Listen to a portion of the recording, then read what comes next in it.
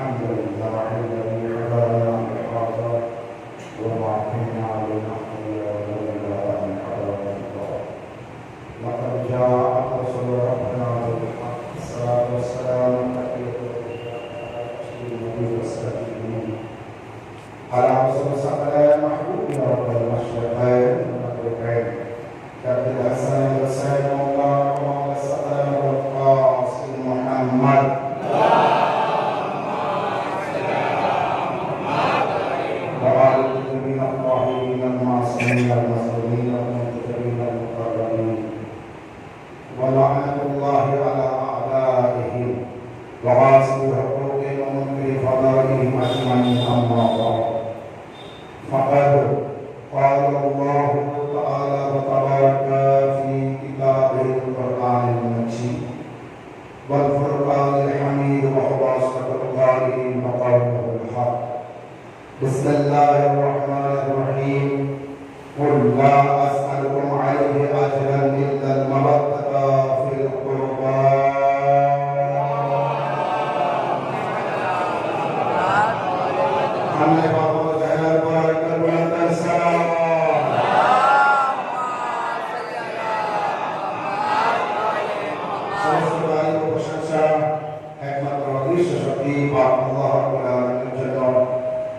आज मुंबई इमाम फाउंडेशन नगर हाउस पक्ष থেকে आज 7 মজলিস অর্থাৎ সপ্তম মজলিস এই সপ্তম মজলিসে আমরা কি করতে পারি মুমিন ও মুমিনাতের নামে ফাতিহা করতে পারি যেটা আমাদের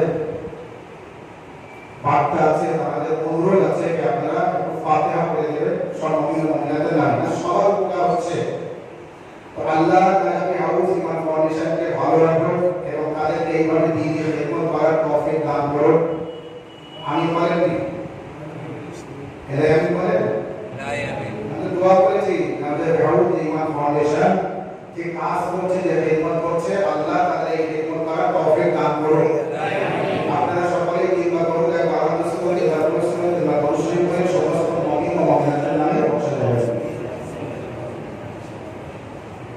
بسم الله الرحمن الرحيم الحمد لله رب العالمين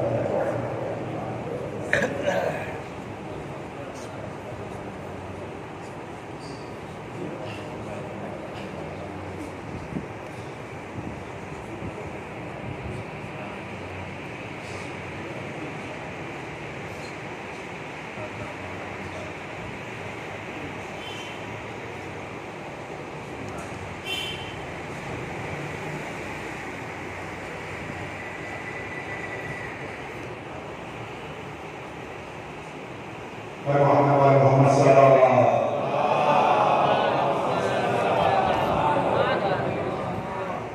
পবিত্র কোরআনের একটি নুরানি আয়াত বিখ্যাত আয়াত আপনাদের সামনে পেশ করেছি এর আগে বলে দিই আজকের নামাজে প্রতিদিন বা যে নিয়মে আমি শুরু করি আজকের অন্য নিয়মে করেছি এর পড়ার উদ্দেশ্য হচ্ছে আমি যে প্রতিদিন যে নিয়মে শুরু করি ওটাই নামাজের এ টু জেড নিয়ম না ওটাই মেন এই বাইরে কোনো নিয়ম নেই এমন কিছু না আল্লাহকে শুরু করতেই হবে পড়তে গেলে তারপরে যে কোনো শুরু করতে পারবে সেইটাকে বোঝানোর জন্য আমার মাথায় এসেছে আমি এইভাবে আল্লাহকে শুরু করে আমি ইন্নাল্লাহ শুরু করি আমি সেখানে যে কোনো শুরু করতে পারি ছোট শুরু যতটা আছে তাই বলে সূরা বাকারা না সূরা রহমান না ও ছোট শুরু যে পাঁচটা আছে তার ভিতরে যেমন চার কুল আছে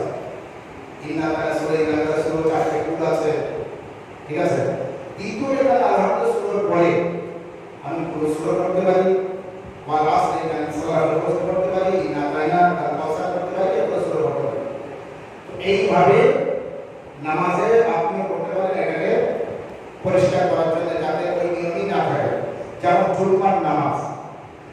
জুম্মার নামাজে আল্লাহকে শুরু পরে আমি সূরা সাবিসা পড়ি বা সূরা জুমা পড়ি আমি যদি জুম্মার নামাজ ফজরের নামাজের মতো এমন পড়ি তাও হবে যেমন আল্লাহকে শুরু পরে নামাজ শুরু করব আমি যেটা আল্লাহকে শুরু করে পুরো শুরু করব জুম্মার নামাজ হবে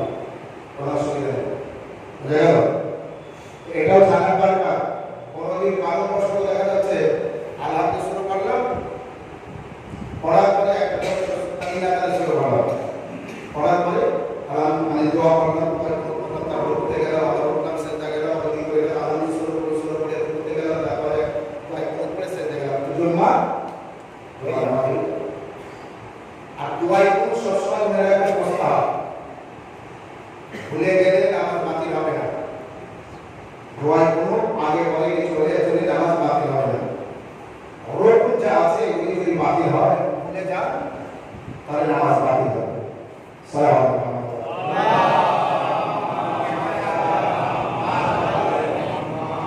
পবিত্র কোরআনে মাজিদে যে আয়াত রয়েছে মাওয়াদ্দাত সম্পর্কে আহলে বাইত আলাইহিস সালামকে যে ভালোবাসতে হবে এই বিষয়ে আল্লাহ কোরআন পাকের মধ্যে যে পরিষ্কার ভাবে বলে দিয়েছে সেই আয়াতটি আপনাদের সামনে পেশ করে দিচ্ছি এটা বারবার আমরা শুনে থাকি কুল লা আসআলুকুম আলাইহি আজরান ইল্লা মাওয়াদ্দাতা ফিল কুরবা কুল বলে দাও লা না কিছু চাই না কুল লা আসআলুকুম আলাইহি আজরা আমি আমার সালাতে আজর কিছু চাই না আজরা আজর মূল্য ইল্লা মাওয়াদ্দাতা শুধুমাত্র মাওয়াদ্দাত ফিল কুরবা আমার বংশধর সালাম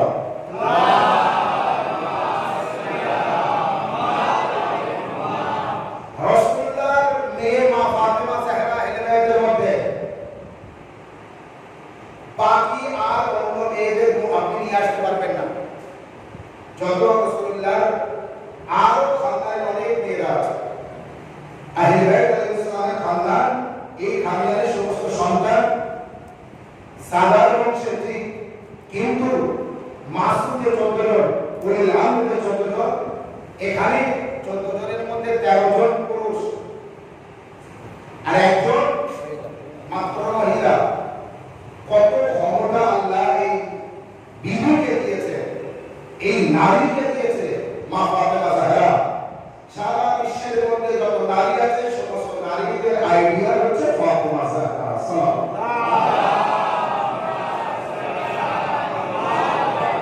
আলাদা দুই সন্তান পুত্র সন্তান একটি হলো হযরত ইমাম হাসান আলাইহিস সালাম আর একটি হলো হযরত ইমাম হুসাইন আলাইহিস সালাম আর বড় সন্তান শহীদ হয়ে গিয়েছিলেন তার নাম হযরত ইমাম হাসান এবং হুসাইন আলাইহিস সালাম এই দুই সন্তান হচ্ছে জান্নাতের সরদার বা বাদশা আমরা জানি দান করলে সওয়াব কিন্তু এটা আমরা জানি দান করে সওয়াব অর্জন করব এই ঈমান এই বিশ্বাস এবং ওই জায়গাটা আমাদের মধ্যে নেই কি দান করলে কি সওয়াব কিন্তু আমরা কেউ দান করে সওয়াব অর্জন করে আমরা কেউ বলেছি যে দান করা সওয়াব আমরা কেউ সবাই বলি সবার মুখে একটাই কথা দান করা সওয়াব কিন্তু যে বেচারা এই কথা বলে সেই বেচারাটা জিজ্ঞাসা করো দান করেছে বলদিন ঠিক আছে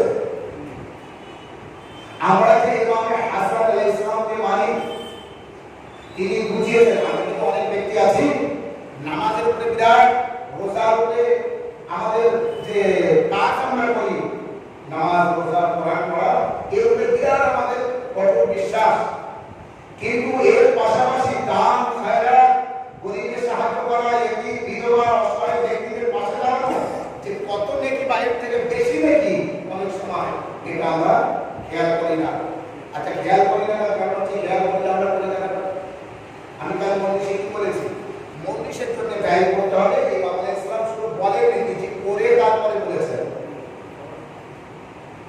ঠিক ওইভাবে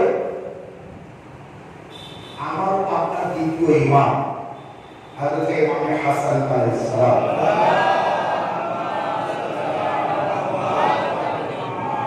তিনি হজ করছিলেন কি করছিলেন হজ আচ্ছা ইমাম হাসান আলাইহিস সালাম পায়ে হেঁটে হজ করেছেন কতবার বলতে পারবে কতবার 25 বার হ্যাঁ কে বলেছে আপনি বলেছেন মাশাআল্লাহ আল্লাহ আশীর্বাদ ভালো রাখুন তৌফিক দান করুন 25 বার পায়ে হেঁটে হজ করেছে এই কথা আমি না বললে আর বলতে পারিনি তার মানে আমি বলেছি কিন্তু আপনারা সব হাতের সাথে মাখিয়ে খেয়েছেন সব জিনিস খাওয়া যায় না।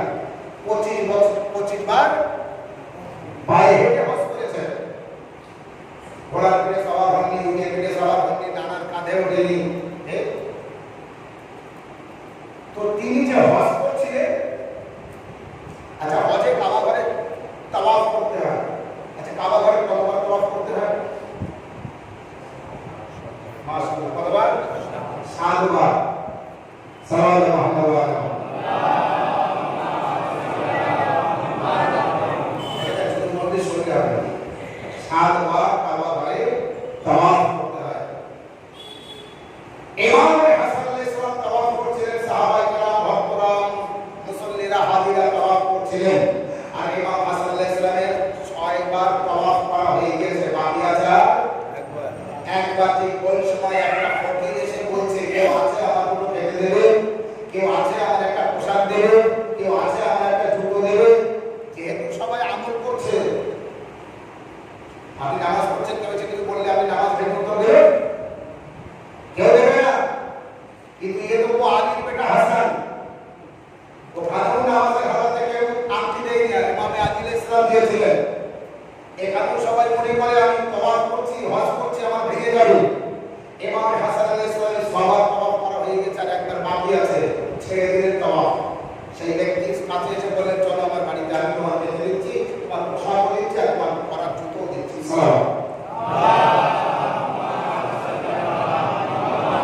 আগেকার জামানায় বেশি বেশি মানুষের খাবারের সাথে, পোশাকের সাথে জুতো চেত এবং দিতে হতো। বলুন তো কেমন, কতটা বেড়ে আছে। এখন যে কেউ ফকির আসলে বা কেউ আসলে জুতো চাই না, আগে যাচ্ছে তো কেন? মাশাআল্লাহ, আগে মানুষ চলাফেরা করতো পায়ে হেঁটে, এবং তাও কি এখান থেকে খুশি দেওয়ার পায়ে হেঁটে যেতে হবে, আপনার জুতো থাকবে। আচ্ছা তারপরে রাস্তা নাই, বেলের রাস্তা না, মরুভূমির উপর দিয়ে, পার জায়গায় পাও থাকবে না, জুতো জায়গায় জুতো থাকবে না। যেখানে রাত হবে সেখানে ওই বন জঙ্গলে, বাড়ির উপরে, ধুলোর উপরে, কোন একটা ঝোপের ভিতরে ওই একটু ঘুমিয়ে নিয়ে যাবে, তেমন করে আবার বার হতে হবে, বাড়ি ঘর নেই, মরুভূমির উপর দিয়ে। ঠিক আছে, জামা কাপড় নষ্ট হবে, জুতো নষ্ট হবে, খাদ্য খোরাকও ফুরিয়ে যাবে। তাই ওই ব্যক্তি এসে বলেন, কেউ আছে আমাকে ছেড়ে দেবে, আমি বলো দুর্ভাগ্য, আমার পোশাক একেবারে ময়লা হয়ে গেছে, কেউ আছে এর মধ্যে, আমার একটা জামা দেবে, আছে কেউ এর মধ্যে, আমার জুতো ছিঁড়ে গেছে, কেউ একটা জুতো দেবে। সে নামাজ পড়ছে, বড় নামাজই না। আরো লম্বা লম্বা ব্যক্তিরা লম্বা লম্বা ইবাদতে মশগুল ছিলেন, যার ঘর থেকে ইবাদতের প্রচার হয়েছে, তিনি আমার আপনার দ্বিতীয় ইমাম হযরত ইমাম হাসান আলাইহিস সালাম সেই ব্যক্তিকে বললেন, এসো আমার বাড়িতে, চলো আমার সাথে, আমি তোমার খেতেও দেবো, পোশাক দেবো, আবার জুতো দেবো। ওই ব্যক্তিকে নিয়ে যে গিয়েছে না, এর ভিতরে সব এক অপরের কানের কাছে মুখ হাসপোস হাসপোস শুরু করলো। এই দেখছো, নবীর নামে কিছু জানে না, ইবাদতটা শেষ করে গেল, ইবাদত ছেড়ে চলে গেল। আরে ফকিরকে সাহায্য করতে পরে করবে, কিন্তু এই মুহূর্তে ইবাদতটা নষ্ট হয়ে গেল, শেষ হয়ে গেল, কিচ্ছু জানে না, কিছু সমালোচনা শুরু করলো।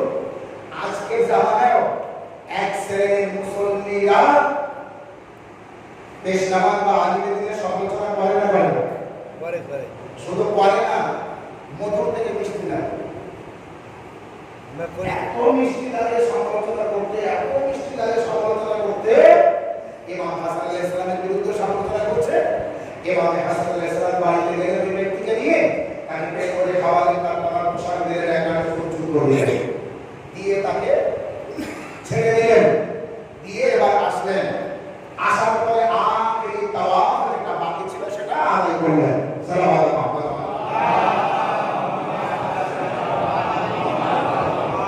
এই যারা ছিল বড় বড় লম্বা লম্বা নামাজি মুসল্লি, তারা আপনার দ্বিতীয় ইমামকে বলছে, ও হাসান, তোমার নিয়ম জানা নেই, তোমার শরীয়ত জানা নেই, তুমি ইসলামের সিস্টেম জানো না, তুমি হজ করতে এসেছো, হজের নিয়ম জানো না। এবার হাসান আলাইহিস সালাম বললেন, আমি জানবো না তো তোমরা জানবে? আমার ঘর থেকে ইসলামের প্রচার হলো, আর আমি জানবো না তো তোমরা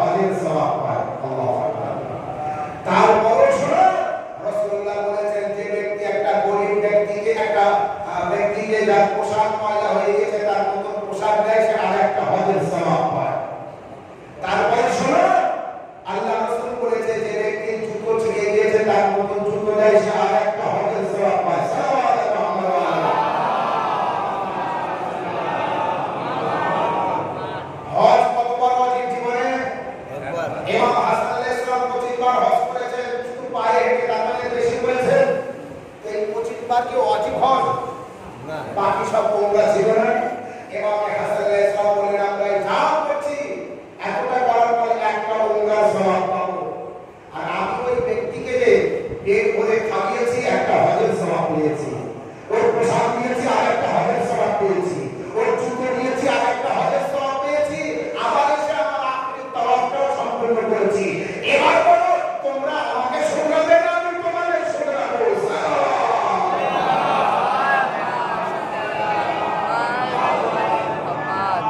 ইসলাম শেখাতে এসেছো, শরিয়াত শেখাতে এসেছো। ইমাম হাসান আলাইহিস সালাম তাদের কোথায় আচ্ছা এই ঘটনাটা বলেছি আপনাকে শুধু শোনার জন্য না। ইমাম হাসান আলাইহিস সালামের এই ঘটনা যদি আপনার সামনেও ঘটে তাহলে এমন কাজ আপনি করলে হজের সওয়াব পাবেন না পাবেন না? তার মানে কোন গরিব ব্যক্তি যদি আপনার কাছে খেতে চায় আপনার উচিত কি তাকে খেতে দেওয়া, খেতে দিলে কি হবে? একটা হজের সওয়াব। রাসূলুল্লাহর হাদিস। যদি কারো পোশাক ময়লা হয়ে যায় বা পোশাক না থাকে বা ছিঁড়ে যায় তাকে যদি একটি পোশাক দান করে একটা হজের সওয়াব। যার জুতো ছিঁড়ে গিয়েছে, জুতো নেই আর বেচারা মানে অসহায় ব্যক্তি আর বিদেশ থেকে এসেছে, দেশের মানুষটা বিদেশ থেকে এসেছে, বিশেষ করে দেশে থাকলে গরিব আছে জুতোটা কম হয়, তো তাকে যদি একটা জুতো কিনে দেন তো আপনি একটা হজের সওয়াব পাবেন। তাহলে এমন সুযোগ যদি আপনার নসিবে কোনোদিন হয় তাহলে যেন আপনি হাত ছাড়া করবেন না। সালাওয়াত।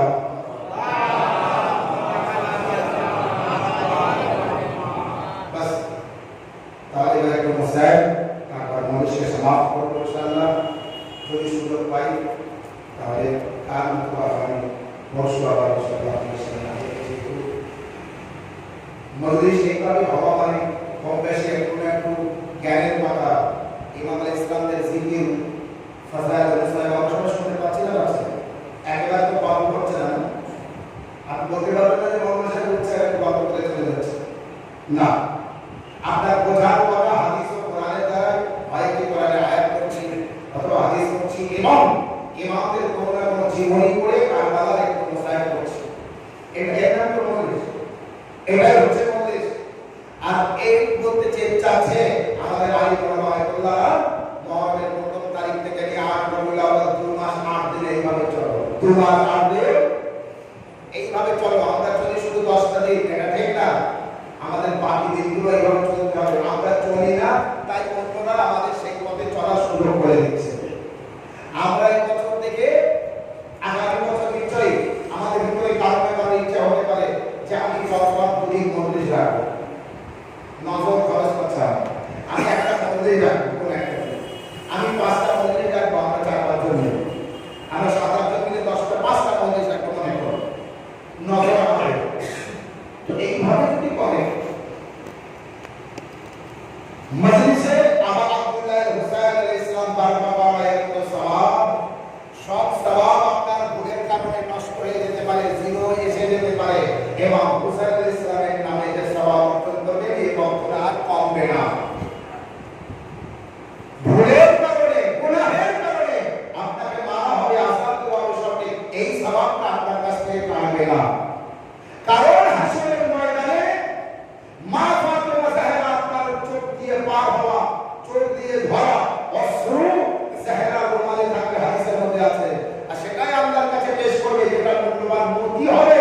আর আল্লাহর কাছে বলবে পারওয়ারদিগার আযাবের ফেরেশতা, গুনাহের ফেরেশতা এই আযাবকে টেনে নিয়ে যাচ্ছে জাহান্নামের দিকে, ওর আমানত আছে আমার কাছে, আয় আল্লাহ এই মূল্যকে দিয়ে দাও। আল্লাহ বলবে ফাতেমা ওই মূল্য আমি দিয়ে দেব, তুমি বলো ওই মূল্য কি? ফাতেমা জাহরা বলবে একে জান্নাত দিতে হবে। সাল্লাল্লাহু আলাইহি মুহাম্মদ ওয়া আলা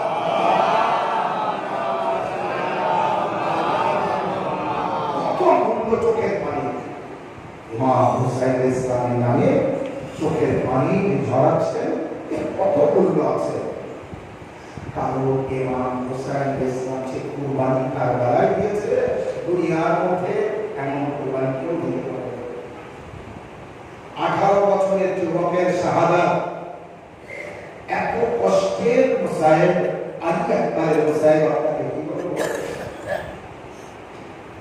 ইমাম হুসাইন আলাইহিস সালাম যে আলী আকবরের কুরবানি পেশ করেছেন আমি বলেছিলাম আপনার শুনে নিলেন, এত সহজ শোনা। কিন্তু একটা ভাবুক, কল্পনা করুন, কার এমন যুবক ছেলে আছে যাকে মৃত্যুর কবলে পাঠায়, যেখানে লাখ সৈন্য পিপাসিত একটি যুবক ছেলেকে পাপ ময়দানে পাঠাচ্ছে। তাও সেই যুবক একবার ফিরে এসে পাপের কাছে একটি জিনিস চেয়েছিলেন যা পাপ দিতে পারেনি। সেই জিনিসটি হলো পানি। যুবক ছেলে পাপের কাছে এসে বলছে, বাবা এক ফোঁটা পানি হয় আমার গলাটা ভিজিয়ে নিতে হবে। বাবু হুসাইন আলাইহিস সালাম বলেছিলেন, আকবার পানি তো আমার কাছে নেই, বাস তোমার জিহ্বাটা আমার মুখে দাও, আমার গালে, আমার জিহ্বায়, আমার মুখের মধ্যে যে রস আছে চুষে নাও। আমি একবার জিহ্বা বাবার মুখে দিয়ে আবার সাথে সাথে টেনে বার করে দিলেন আর বললেন, বাবা আমার থেকে তো তোমার গলা বেশি শুষ্ক আছে। বাবা আমার থেকে তোমার গলা বেশি শুষ্ক আছে। আমি একেবারে শাহাদাত যখন ফরিয়াদ করেছিলেন, যখন বাবাকে ডেকেছিলেন, ইয়া বাবা দেখনি, এ বাবা আমাকে সাহায্য করো। এবার হুসাইন আলাইহিস সালাম আমি একেবারে লাশের পাশে গিয়েছিলেন। এই বলতে বলতে একেবারে অপেক্ষা করো, বেটা আমি আসছে। এবার হুসাইন আলাইহিস সালাম যখন আলী একেবারে জানাজা আনতে গিয়েছিলেন, ও হাজারো হুসাইন আলাইহিস সালামের মাথার চুল কালো ছিল, এখনো সাদা হয়নি। কিন্তু আমি একবারে প্রত্যেকে বর্ষা বার করা, কলিজা হাতে দেখা, আমি একবারে জানাজা, যুবক ছেলের জানাজা কাঁধে করে নিয়ে আসা। এত কষ্ট পেয়েছে যখন একেবারে জানাজা হুসাইন কি মাই নিয়ে আসছে, হযরতে সাকিনা ভবি আম্মাকে বললেন, ভবি আম্মা ওই বৃদ্ধটা কে আসছে যার মাথার চুল সাদা? হযরতে যায়েনব বললেন, সাকিনা তোমার বাবা আসছে। বলে, ভবি আম্মা আমার বাবা মাথার চুল কালো ছিল, সাদা কিভাবে করো? আমার যুবক ছেলের মাইয়া জানাজা বাপ নিজের কাঁধে আনতে আনতে এত কষ্ট পেলে যে মাথার চুল থেকে সাদা হয়ে গেল। ইন্না লিল্লাহি ওয়া ইন্না ইলাইহি রাজিউন।